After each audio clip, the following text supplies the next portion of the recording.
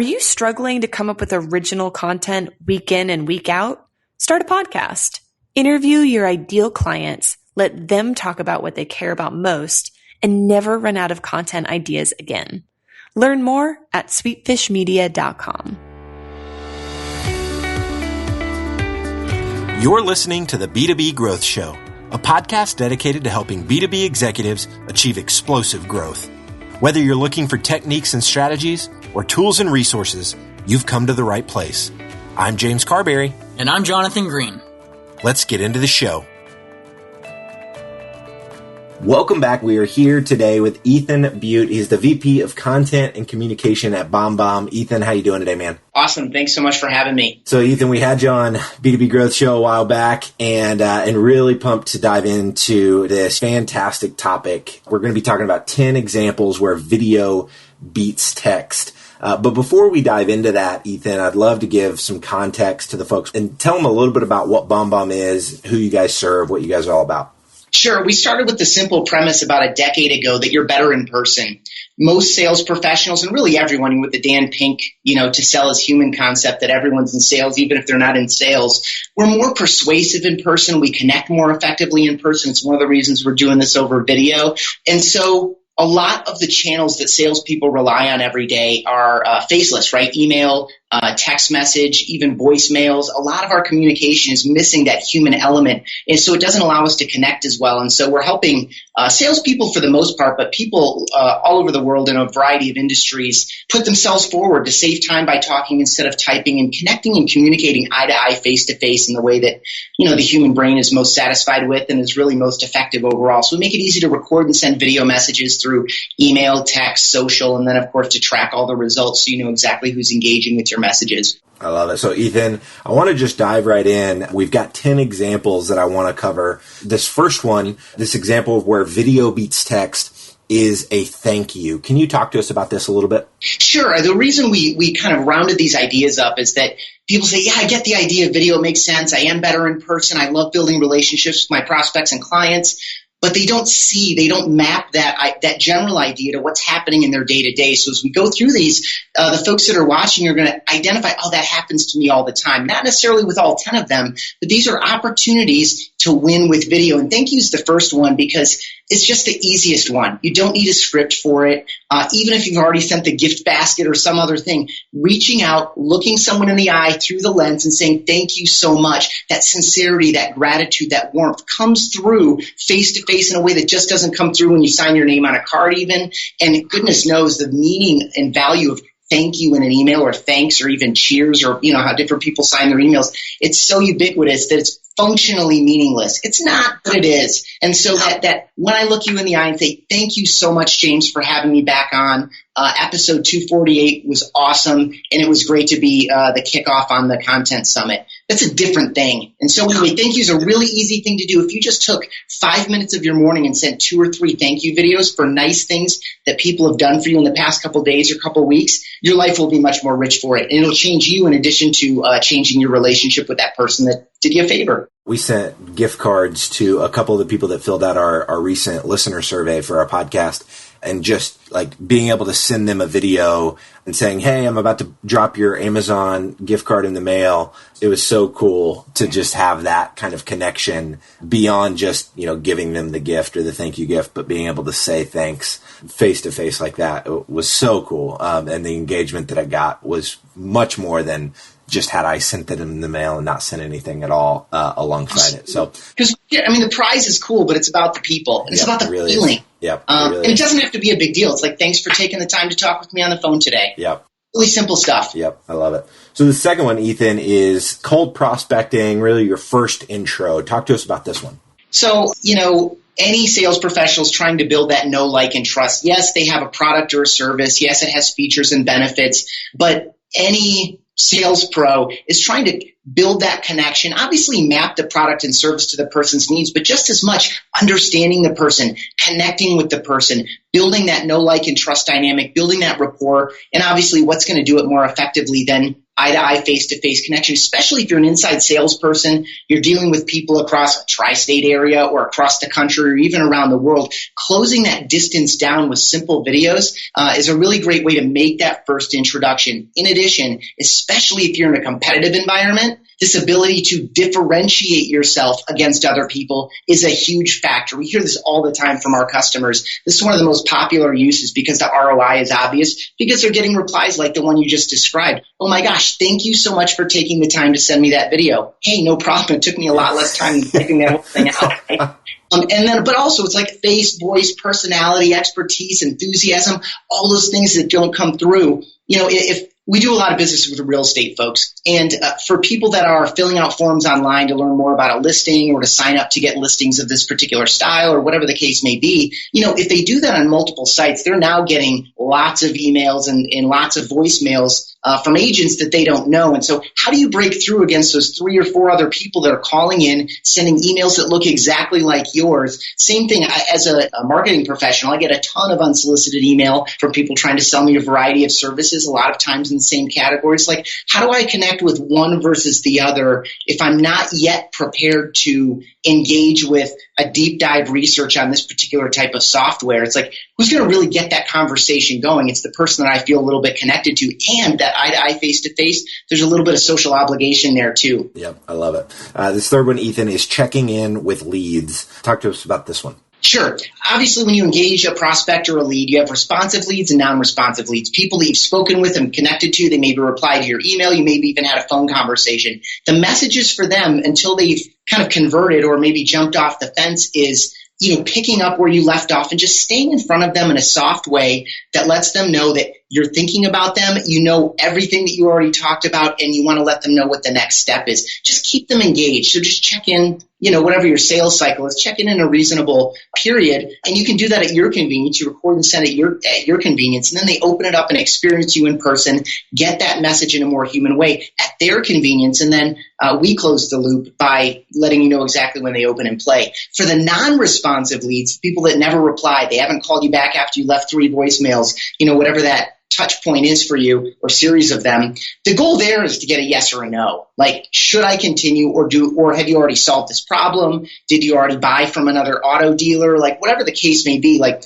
yes or no. So you can stop wasting your time or you can start moving forward. And so engaging those leads is the best way, obviously, to increase your lead conversion. That the initial touches aren't enough in a lot of cases. I've heard John Barrows, he's a really popular sales trainer, talk about he hates it when reps use the term just checking in.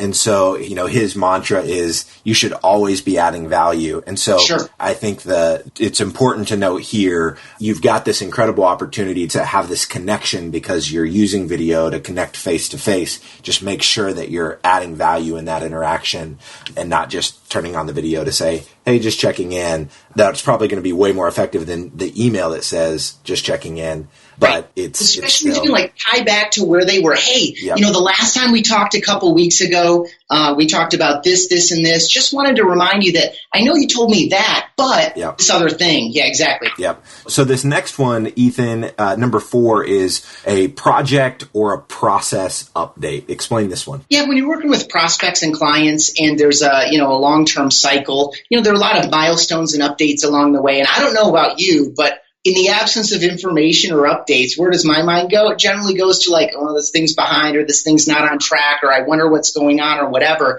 And so especially where there's detail or nuance or subtlety, those kinds of things, just hitting record and talking to one or more people and just letting them know what's going on with the process, what's already happened, what's going on now or in this immediate window, and kind of what the next steps are, just to keep people in the loop. It helps you save time, but you don't have to have as many phone calls. And again, this asynchronicity of video is really valuable because you do it when it works for you and they do it when it's they experience you in person and get that whole update when it's convenient for them. So this 5th one is great to meet you. I can imagine kind of where this is going to fit in, but talk to us about this. Yeah, so this is a virtual conference, but you've been to a conference. and you leave with a stack of business cards, and everyone else that is kind of into that a little bit leaves with their own stack of business cards, whether they're selective and it's thin or whether they're the business card hoarder and it's thick.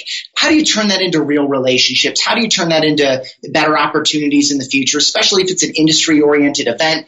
Reaching out on a one-to-one basis, or in the case that, maybe if this is your stack of cards, these are the people that you're going to send personal follow-ups to, reminding them of the quality of the conversation, where you left off, what your mutual opportunities are.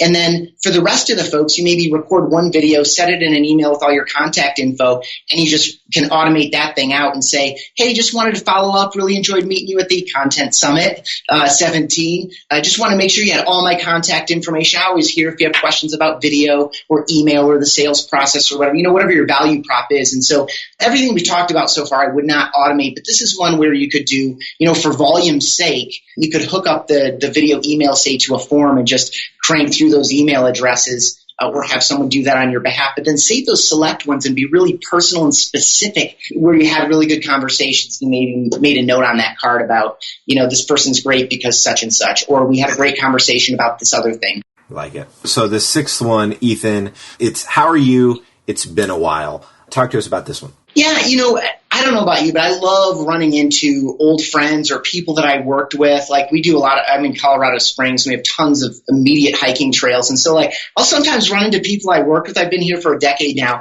I'll run into people I worked with out on the trail. It's awesome to run into people and kind of rekindle that and re-spark that, whether it's a past client or someone you worked with or a family friend or your personal friend, whatever. But you don't have to leave that to chance. Like the thank you, if you carve out a little bit of time in your week, like 3 or 4 minutes a day, twice a week, or 10 minutes every Thursday morning, just to reach back out to people in your database. It's only as healthy as your relationships within it. And so instead of waiting for those chance encounters or structuring something really formal, just record a quick video, let them know you're thinking about them, reconnect back to where you last spoke. And hey, gosh, it's been since last summer at that barbecue since I've seen you. Hope you and your wife, Judy, are doing awesome. Gosh, I'd really love to talk with you about such and such. I saw on LinkedIn that blah, blah, blah, right? And so just, hey, I'm thinking about you. How are you doing? For people that you already know, not necessarily a direct business opportunity, but you don't have to rely on serendipity to make these conversations happen. So true. That's so true. This next one, Ethan, you talk about holidays and special occasions.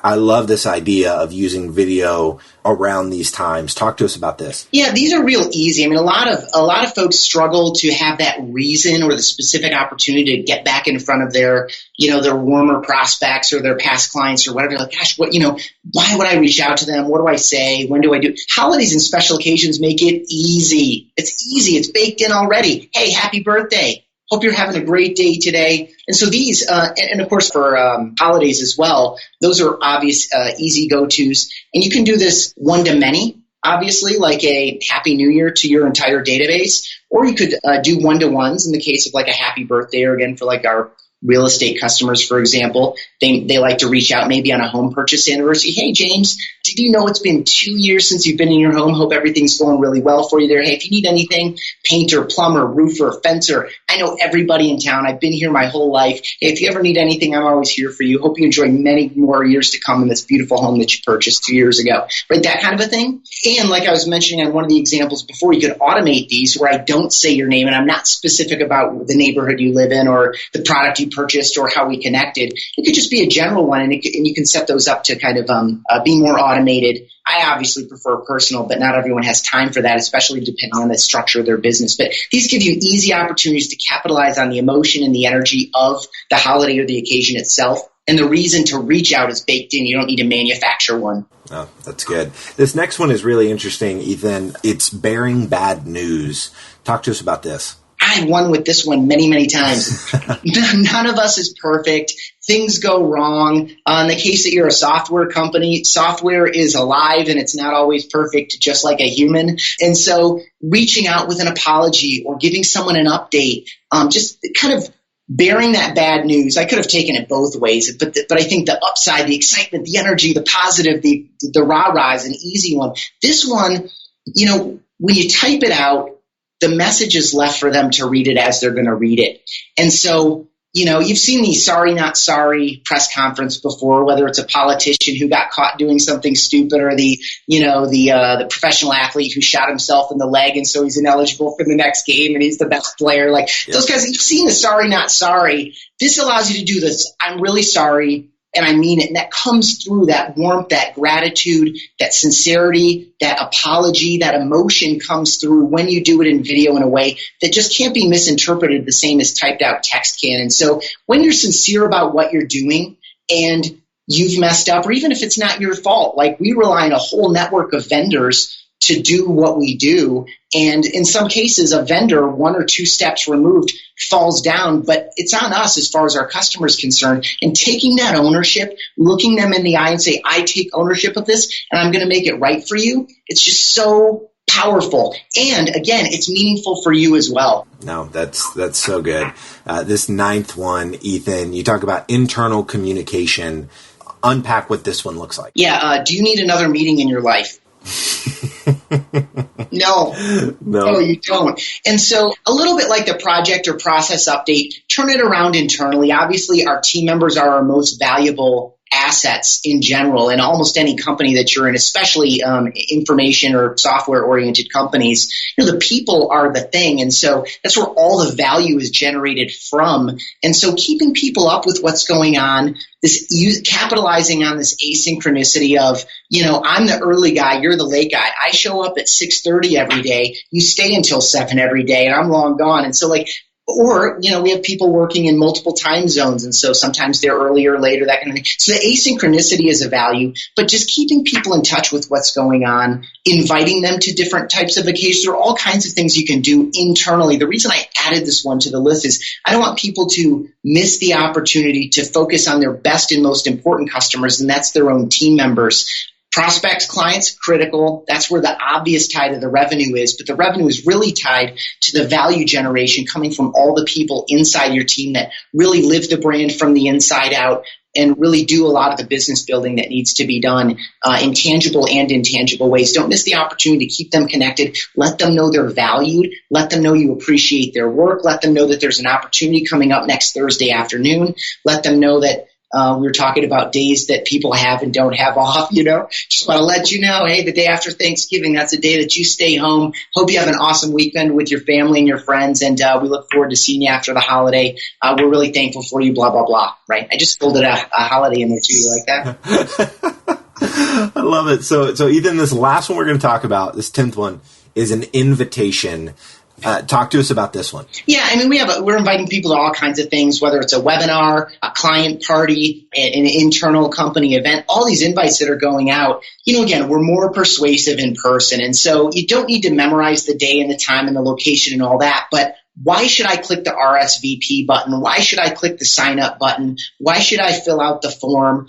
Use the video to bring the message to life, to promise the value, put the energy behind it, and let them know exactly what they're going to get as a consequence of doing what you need them to do, which is sign up for this thing. Even if it's optional, use it to promise value and put some energy into the event or the opportunity, and then use the text around it. If it's in a landing page or an email or whatever the case may be, or in a social media post, you use the text to get all the details. You don't need to memorize all that. But whatever the reason is to create this opportunity for someone to register or sign up for, put the energy into the video, bring the message to life, promise the value, and then have the execution there and the details there separately as a button in text.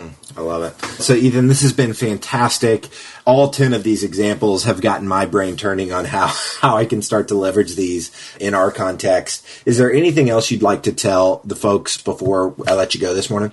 A couple things really quickly. One, if you like some of this, but you want to really close the loop on it, episode 248, you were kind enough to have me on. We talked a lot about relationship through video versus marketing through video. A lot of what we talked about, if you're trying to close this gap, you're like, I get it, but I don't totally get it. These are all relationships through video plays. And so go back and listen to the B2B Growth Show. You can just Google it, and it's episode 248. And again, the reason we did this is, video and email is one of the things that we do the most. We do a lot of things around video and tracking and analytics, but you don't need video in every single email. And so what we're trying to do here is help draw, again, the data in your day-to-day, your week-to-week, what are the best opportunities to take a minute and hit record instead of taking the time to type it out? And so especially for people just getting started with video, it feels like more work. Ultimately, it's not. We just flip our webcams on and we're talking to people, or we pick up our iPhone and we're talking to people. And so once you get comfortable, you see these opportunities in your day-to-day, it's become more of a habit. It's going to change the way that you communicate. And more importantly, it's going to change the way that other people connect with you and ultimately convert as a consequence. I love it. Ethan, again, this has been phenomenal. If there's somebody that wants to stay connected with you, maybe they want to dig deeper on this stuff, or they want to learn more about BombBomb, what's the best way for them to go about doing both of those things? Sure. BombBomb is just the word bomb twice, BombBomb.com is the website. We're on most of the social networks as BombBomb, as am I. My name is Ethan Beute, Ethan. Last name is Beute. I'm on basically all the social networks by first name, last name. Where it's separated like a Facebook, and where it's together like on Twitter or Instagram, it's together. So BombBomb and Ethan Beute, love to connect. Awesome. Thank you so much, Ethan. Sure. Thank you. If you're a B2B marketer, we want to feature you on sites like the Huffington Post, Social Media Examiner, and Chief Marketer. Every week, we send out a question related to B2B marketing. We use the responses to those questions to fuel the content we write for really popular websites. So head over to sweetfishmedia.com/questions and sign up today. Thank you so much for listening. Until next time.